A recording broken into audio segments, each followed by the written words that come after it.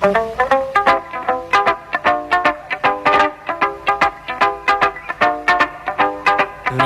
Brown, you've got a lovely daughter. Her name was Peg Horton, WJNO's Girl on the Go. She did an interview show broadcast in segments throughout the day. I mean, she could interview a rock, and you would find it interesting. Also, when she recorded her show for broadcast, there were no second takes. It was all live to tape. No mistakes. Thank you. Good morning. Welcome to another week and another day of Gal on the Go. And in our Meet WJNO series today, we have Jim Ferguson, one of our staff announcers. Good morning, Jim. And good morning, Peg. You really don't like to be called DJs anymore, do you? Well, we've been called other things. But as I understand it, a DJ, a disc jockey, primarily runs music, where you fellas do everything, don't you? Right. We are very versatile people. Yeah, you do the news and special production spots and what else? Straight announcing, of course. You name it, we do it. Jim, what is your regular shift on WJNO for the benefit of the listeners? From 8 to midnight. 8 to midnight. Beat show. Uh-huh. I know you keep a very fast pace in that. Is it hard to get yourself in the mood at 8 o'clock, or do you find it easier than if you were signing on at 6? Following the open mic show, you were in a very good mood, I would say. In a very up-tempo mood, and very sharp and witty. You have to be following that program. Or, right. Okay, don't go away, Jim. Right now, I want to remind you that Howard Park American Station is your headquarters for the... Thank you. Our special guest in Meet WJNO today is Jim Ferguson from the, what do you call it, the Night Beat Show, Jim? The Night Beat Show, Night yes. Beat Show from 8 to midnight. From 8 to midnight. Is that every night in the week? 6 nights a week. Do you have a particular format for music that you follow on the Night Beat Show other than you would do in the daytime, for example? Well, I call them the classics, the original... the things that we're familiar with, and you have them in the original form? Mainly the original 78 recordings. Is it unusual for a radio station to have this number of these 78s to be able to fall back upon? Most definitely. It is. Definitely. Yeah, how did you get into radio, Jim? Most of the people I've talked to came in through the back door, did you? Well, yeah, I started in the Goonie Weeds. I haven't heard that before. Well, it's my own little expression. Some people call it the sticks, out in the middle of nowhere, as people usually do start off in radio.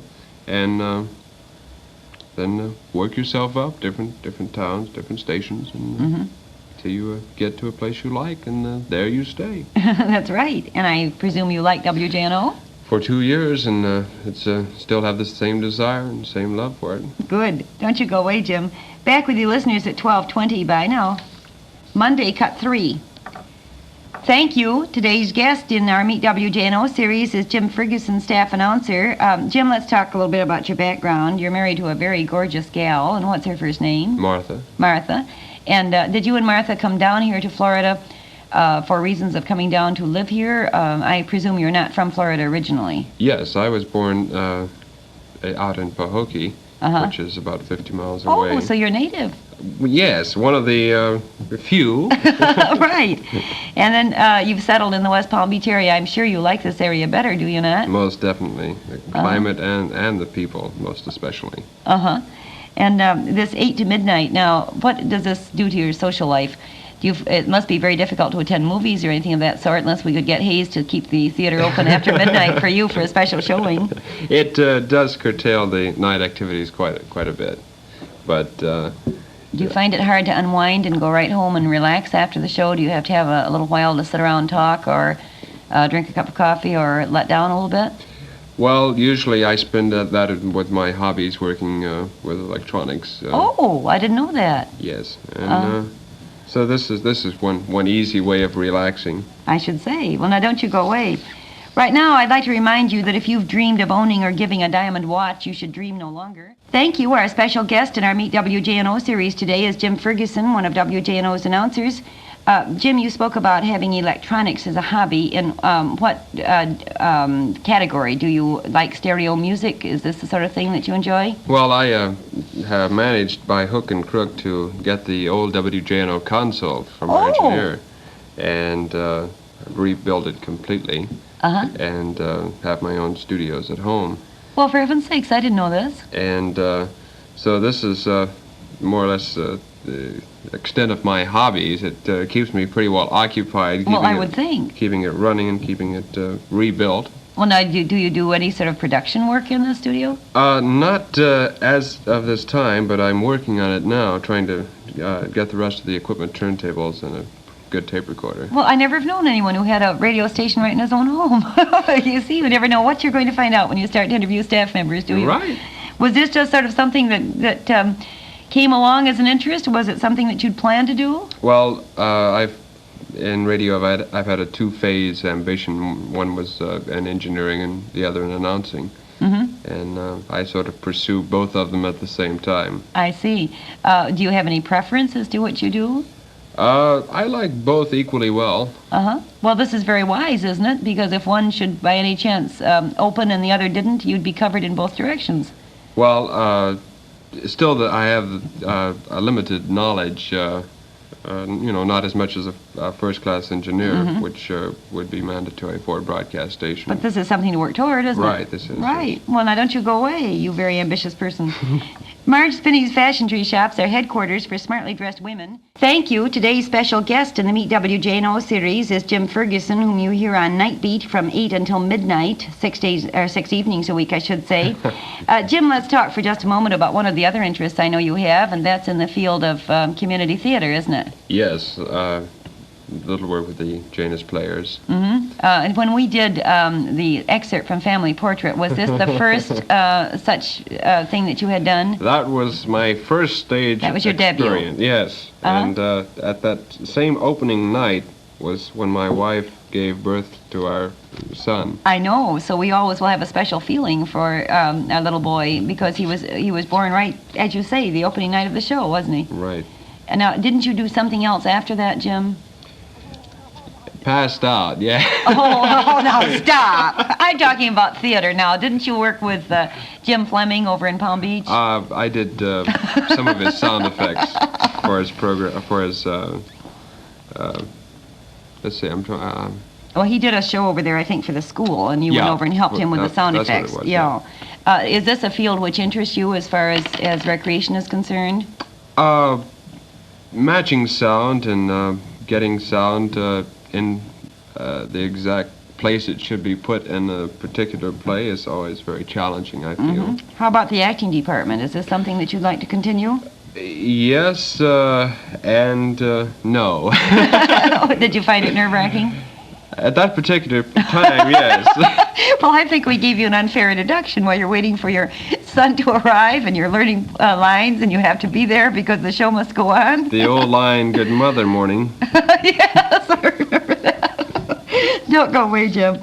Right now I'd like to talk to you about fabrics, which you'll find at Fabrics International or Fabrics International. Thank you. Our special guest today in our Meet WJNO series is Jim Ferguson, the Night Beat specialist on WJNO from 8 till midnight.